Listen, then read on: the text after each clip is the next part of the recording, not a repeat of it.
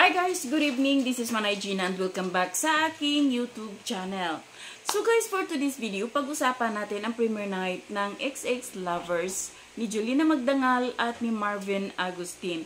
Kasama din dito si Loisa Andalio at si JK Labajo. Pero guys may napansin ako, ito lang, obserbasyon ko lang din. Sana nga, kamali yung obserbasyon ko. Kasi nakikita ko, parang wala masyadong mga kaibigan ni Julina at saka ni Marvin na pumunta. Parang hindi pinag-usapan yung ang kanilang premiere night.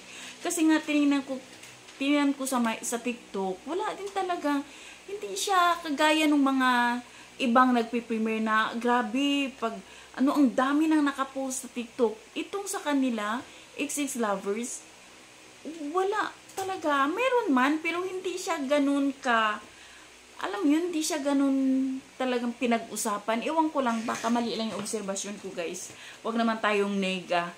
Kasi nga, first day pa naman, premiere night. Sana lang talaga magingit kasi wala talaga ang tahimik. Hindi siya maingay ang kanilang premiere night.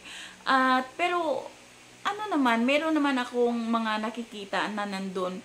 Pero hindi siya ganun talaga. Basta guys, iwan ko lang kung ako lang nakapansin.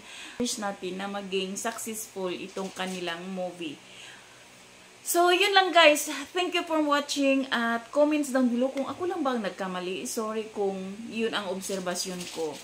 Hindi naman nega, pero na-observe ko lang talaga Hindi kasi sa yung kagaya ng mga ibang mga nagpe-premiere na makikita mo talaga pinag-uusapan. Ang dami-daming post sa TikTok. Ito wala talaga masyado. So baka bukas pa. So yun lang guys. Thank you for watching. Until then, bye. God bless everyone.